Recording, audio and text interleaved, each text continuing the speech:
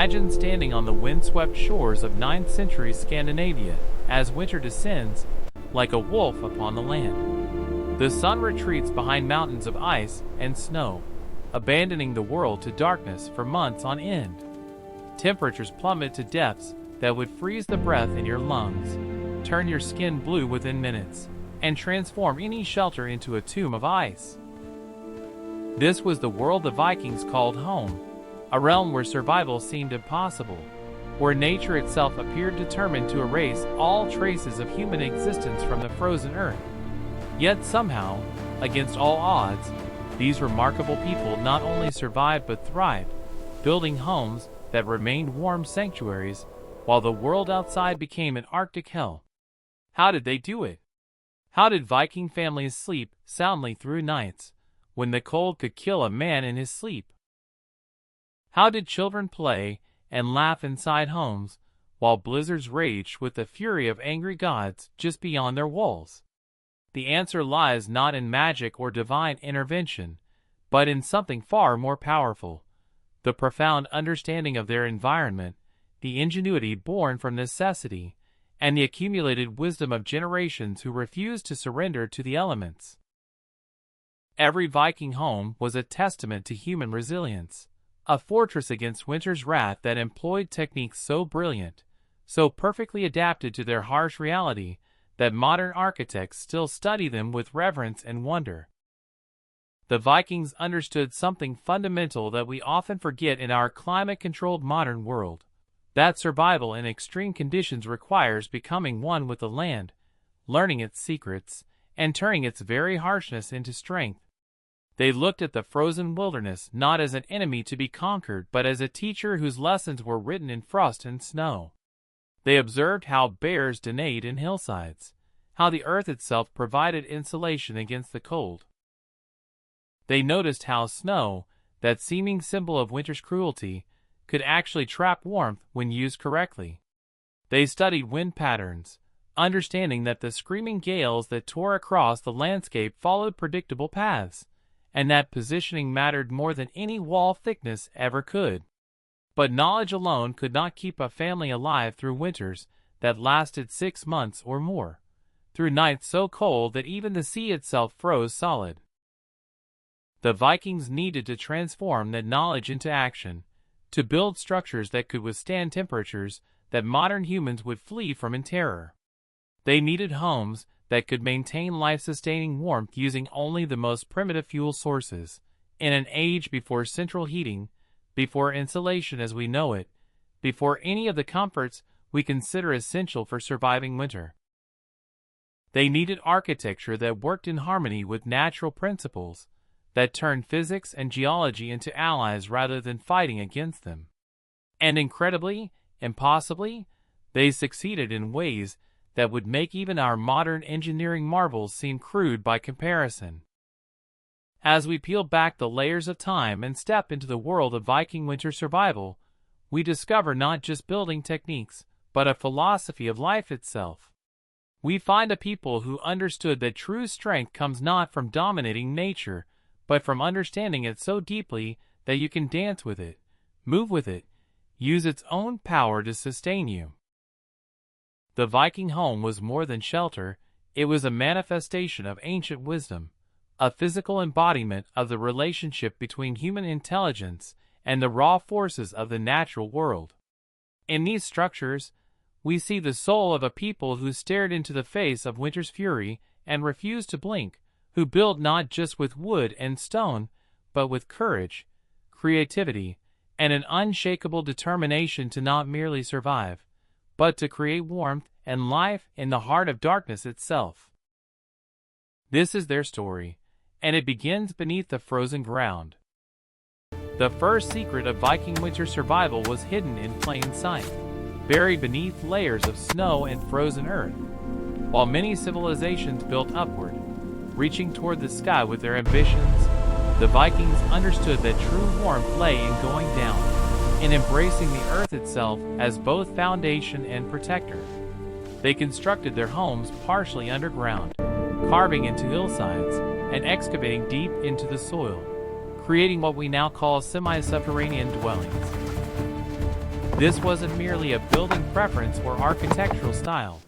It was survival science perfected through centuries of trial and error, paid for with the lives of those who didn't understand the Earth's gift. Below the frost line, roughly 3 to 4 feet beneath the surface, something miraculous exists even in the depths of Scandinavian winter. The Earth maintains a relatively constant temperature, insulated by the very soil and rock that seems so cold on the surface. While the air above might plunge to minus 30 degrees Celsius or lower, the ground below the frost line remains remarkably stable, often hovering around 5 to 10 degrees. This geothermal stability became the Vikings' first line of defense, a natural heating system that required no fuel, no maintenance, no human intervention whatsoever. By sinking their homes into this thermally stable zone, they immediately gained protection worth more than any wall thickness could provide. But the Vikings didn't stop there. They understood that the earth touching their homes' walls wasn't just insulation, it was thermal mass, a concept that modern green building has only recently rediscovered. The soil absorbed heat during the day and released it slowly at night, creating a buffering effect that prevented the dramatic temperature swings that make winter so deadly. The earthen walls acted like enormous thermal batteries, storing warmth from the central hearth and gradually releasing it back into the living space. This meant that even when the fire burned low during the night, the home retained its life-sustaining warmth, cradled in the earth's patient, steady embrace. The construction of these semi-subterranean homes was a labor of profound understanding and backbreaking work. Vikings would select hillsides that faced away from prevailing winds, sites where the land itself would shield them from winter's fiercest assaults. They would excavate carefully, creating rectangular pits that would become the foundation of their homes, removing earth ton by ton with nothing but primitive tools and tremendous determination. The excavated soil wasn't wasted. It would be used to build up berms around the exposed portions of the home, creating additional earthen barriers against the cold. Every shovelful of dirt served dual purpose, creating the protected cavity while simultaneously producing material for additional insulation. The walls that rose from these excavations were masterworks of integrated design. Vikings used a technique called turf construction, cutting thick blocks of earth held together by grass roots and stacking them like enormous bricks. These turf blocks, sometimes 2 feet thick or more, created walls that were part soil, part living vegetation, part insulation, and entirely brilliant. The grass roots formed a natural binding agent, preventing the walls from crumbling, while the soil itself provided massive thermal protection. When covered with additional layers of turf on the exterior, these walls became nearly impervious to cold, creating barriers measured in feet rather than inches, insulation that modern foam panels can barely match. Inside these earth-embraced structures, families found refuge that seemed impossible in such a hostile climate. The combination of below-ground construction and massive earthen walls created an environment where a single hearth fire could maintain comfortable temperatures even when the world outside was frozen solid. The earth absorbed excess heat during the day, preventing the interior from becoming uncomfortably hot, then released that stored warmth gradually through the night, maintaining stability. This wasn't crude survival. This was sophisticated climate control using nothing but natural materials and profound understanding of thermal dynamics. The Vikings had turned their greatest enemy, the frozen earth itself, into their most stalwart protector, a guardian that never slept, never failed, never demanded payment beyond respect for its ancient power. Above the earthen foundation, Viking architectural genius continued to unfold in layers of brilliant innovation. The roofs of these homes were perhaps the most critical element in their winter survival strategy, and the Vikings approached their construction with meticulous care born from harsh experience. These weren't simple coverings meant merely to shed rain. They were complex, multi-layered systems designed to trap heat, shed snow, and withstand winds that could tear lesser structures apart. A Viking roof was a masterpiece of engineering that would impress even modern architects, who understand the physics of heat transfer and structural loading. The framework began with massive wooden beams, carefully selected from the straightest, strongest trees available.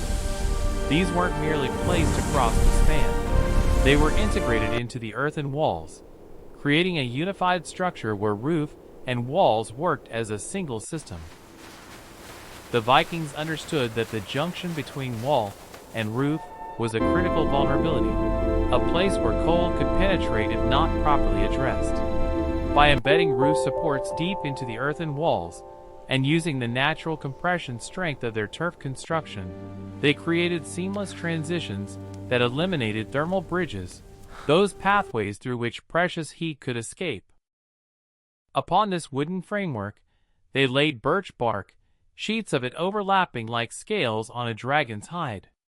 Birch bark is one of nature's most remarkable materials, naturally water-resistant and surprisingly insulating. It doesn't rot easily, doesn't absorb moisture, and creates an excellent barrier against both liquid water and water vapor. This layer served as the home's primary waterproofing, essential because moisture is cold's most insidious ally. A wet home is a cold home, and in Viking winters, dampness meant death. The birch bark layer kept the living space dry, preventing the infiltration of melting snow and ensuring that the insulating materials above it remained effective. Above the birch bark came the crowning glory of Viking roofing, layers upon layers of turf, sometimes 3 feet thick or more.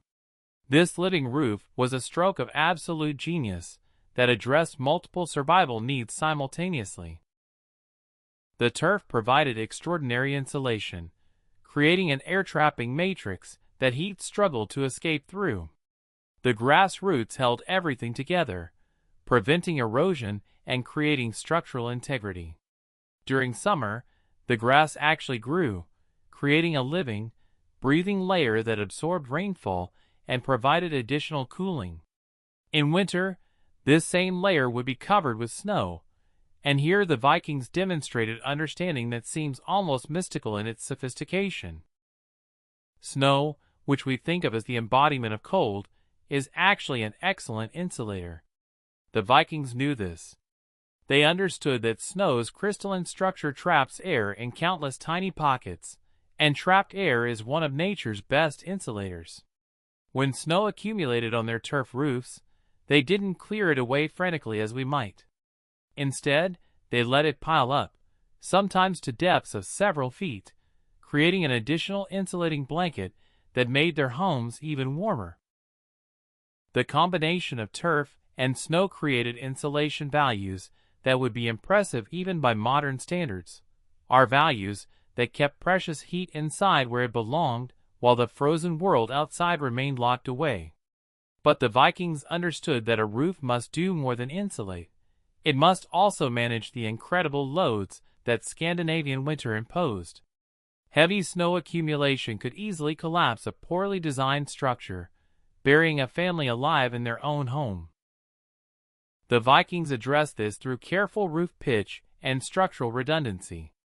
Their roofs were steep enough to shed some snow while flat enough to retain the insulating blanket they desired. Interior support posts, carved from entire trees, were spaced to handle enormous compressive loads. The earthen walls themselves provided lateral bracing, preventing the roof from spreading under weight. Every element worked together, creating structures that could bear literal tons of snow without groaning, without shifting, without threatening the lives sheltered beneath.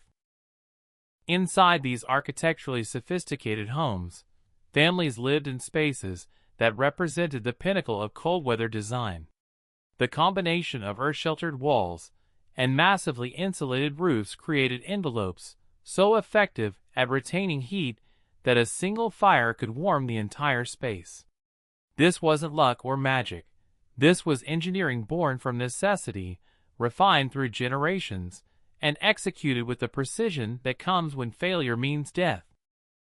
At the center of every Viking home burned the heart that made all other survival strategies possible, the hearth fire. But this was no simple campfire moved indoors. It was a carefully engineered heating system that transformed fuel into warmth with remarkable efficiency, while managing the deadly danger of smoke and carbon monoxide that could kill as surely as cold. The Viking hearth represented generations of refinement in combustion technology, ventilation engineering, and heat distribution, all accomplished without thermometers, without mathematical calculations, without any of the tools we consider essential for understanding thermal dynamics. The hearth itself was positioned with strategic precision, typically located at the center of the long house, where it could radiate heat in all directions. Vikings understood intuitively what physics professors teach today. Radiant heat travels in straight lines. The flames speak of and an a centrally awakening. positioned The source rooms match the maximizes prophecy. the Then the living time is space near. that receives direct warmth. The fire needs more The fuel. hearth was surrounded Aye, by and more stones, wood before night. not I'll see randomly to it. placed, but carefully selected for their heat retention properties. These stones, often weighing hundreds of pounds collectively, acted as thermal mass storage devices. During the day, when the fire burned vigorously, these stones absorbed enormous amounts of heat energy, warming gradually to temperatures that would burn bare skin. Then, through the long Arctic night, they released that stored heat slowly, maintaining warmth even when the fire died down to embers. The fire itself burned in a depression, a pit that served multiple purposes beyond simply containing flames. This sunken design created a natural draft effect, pulling air from below and feeding the combustion process efficiently. It also positioned the flames lower, allowing more of their radiant heat to warm people sitting or sleeping on the raised platforms that lined the walls. The Vikings burned primarily wood, but not wastefully as popular imagination might suggest. They understood that hardwoods burned longer and hotter than softwoods, that seasoned would produce more heat than green, that the way you stack fuel affects both heat output and smoke production. In a world where gathering firewood meant exhausting labor in brutal conditions, every log mattered, and efficiency wasn't just desirable, it was essential for survival. The management of smoke was perhaps the most critical challenge the Vikings faced with indoor fires. Smoke inhalation can kill, carbon monoxide poisoning can strike silently in the night, and without proper ventilation, a fire meant to provide life becomes an instrument of death. The Vikings addressed this through ingenious roof designs that incorporated smoke holes, but these weren't simple openings that let all the heat escape. They were carefully sized and positioned to create draw without causing excessive heat loss, often fitted with adjustable covers that could be modified based on wind conditions and fire intensity. The roof's steep pitch helped smoke rise and exit efficiently, while the smoke itself, before escaping, traveled along the underside of the roof, transferring some of its heat to the structure. Inside the smoke-filled space, Vikings adapted their living arrangements to work with rather than against the physics of combustion. The heaviest smoke and carbon monoxide rose to the roof peak, while clearer air remained at lower levels. Sleeping platforms were built at specific heights, positioning families in zones where smoke concentration was minimal, but radiant heat from the fire and stones was optimal. These platforms, often covered with furs and woolen textiles, provided additional insulation from the cold floor, while elevation placed sleepers in the thermal sweet spot of the home's temperature gradient. The hearth also served as the social and spiritual center of Viking family life, a gathering place where generations shared stories, where skills were taught, where the community strengthened bonds that helped them survive not just physical cold, but the psychological hardship of 6-month winters. Around this fire, in the warm orange glow reflected off earthen walls, Vikings didn't merely endure winter. They created culture, passed down wisdom, celebrated life itself in defiance of the death that prowled outside.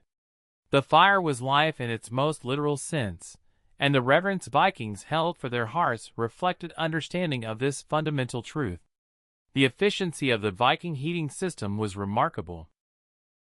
Modern archaeologists studying reconstructed longhouses have found that a moderate fire can maintain interior temperatures of 15 to 20 degrees Celsius even when exterior temperatures plunge to -30. This temperature differential of 40 to 50 degrees, maintained continuously through months of darkness, represents thermal performance that many medieval European buildings couldn't match. The Vikings had created warmth from cold, life from death, comfort from hardship. As we stand in the 21st century with our central heating, our insulated walls, our climate-controlled environments, it's easy to dismiss Viking survival techniques as primitive solutions from a bygone era. But such dismissal reveals our own ignorance more than their limitations.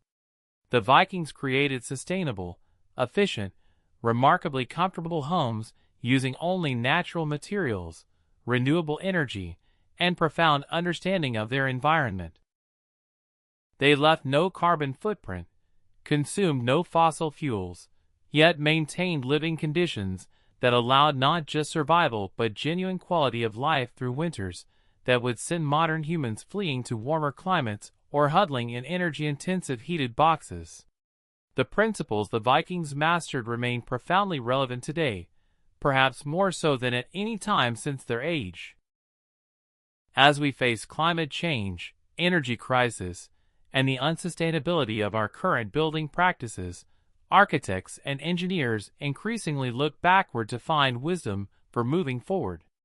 The concept of earth-sheltered housing has seen revival in sustainable building movements worldwide. The use of thermal mass to moderate temperature swings is now recognized as essential for energy-efficient design. The integration of structure with landscape, the use of local materials, the design of buildings to work with rather than against natural forces, all of these are principles Vikings understood instinctively that we're only now rediscovering through expensive research and painful trial and error. Modern earth-sheltered homes, inspired partly by Viking techniques, can reduce heating and cooling costs by 60 to 80% compared to conventional construction. Turf roofs, now called green roofs or living roofs, are being installed on buildings worldwide for their insulation properties, stormwater management, and environmental benefits. The Viking understanding that insulation should be measured in feet rather than inches is being validated by passive house standards that demand far more robust thermal envelopes than conventional building codes require. We are, in essence, relearning lessons that Vikings mastered 1,000 years ago out of pure necessity. But perhaps the most important legacy of Viking winter homes isn't found in specific techniques or building methods. It's found in the mindset they represent, the philosophy of survival they embody. The Vikings faced a hostile world that seemed designed to destroy human life, yet they refused to be defeated. They didn't pray for the climate to change or wait for rescue from gentler lands. They studied, experimented, adapted, and persevered until they had transformed their frozen homeland from enemy territory into a place where families could thrive. They understood that human ingenuity, when combined with respect for natural forces and willingness to learn from the environment, can overcome obstacles that seem insurmountable. This lesson resonates across centuries to our present moment. We face challenges different from but no less daunting than those confronted by Vikings: climate change, resource depletion, environmental degradation, the need to house billions of people sustainably. The Viking approach offers guidance not in specific techniques, but in fundamental principles. Work with nature rather than against it, use local resources intelligently, design for efficiency rather than excess, build resilience through understanding rather than brute force, and never underestimate human capacity to adapt and innovate when necessity demands it. When you walk through the reconstructed Viking longhouses that archaeologists have built using ancient techniques, when you feel the stable temperature inside despite freezing conditions outside, when you experience the effectiveness of earth and turf and carefully managed fire, you're not just observing history. You're witnessing testament to human resilience, creativity, and intelligence that transcends time and technology. You're seeing proof that our ancestors were not primitive people stumbling through darkness, but sophisticated thinkers who solved complex problems with elegance and effectiveness that we struggle to match even with all our modern tools. The Vikings never let their homes turn to ice because they refused to accept defeat, because they learned from the land, because they built with wisdom earned through hardship and refined across generations. Their legacy isn't found in museums or archaeological sites alone. It lives wherever humans face harsh conditions and choose to thrive rather than merely survive, wherever intelligence and determination combine to transform impossibility into achievement. The warmth of Viking homes still glows across the centuries, not in any physical flame, but in the eternal fire of human spirit that refuses to be extinguished by any winter, no matter how dark or cold or long it may be.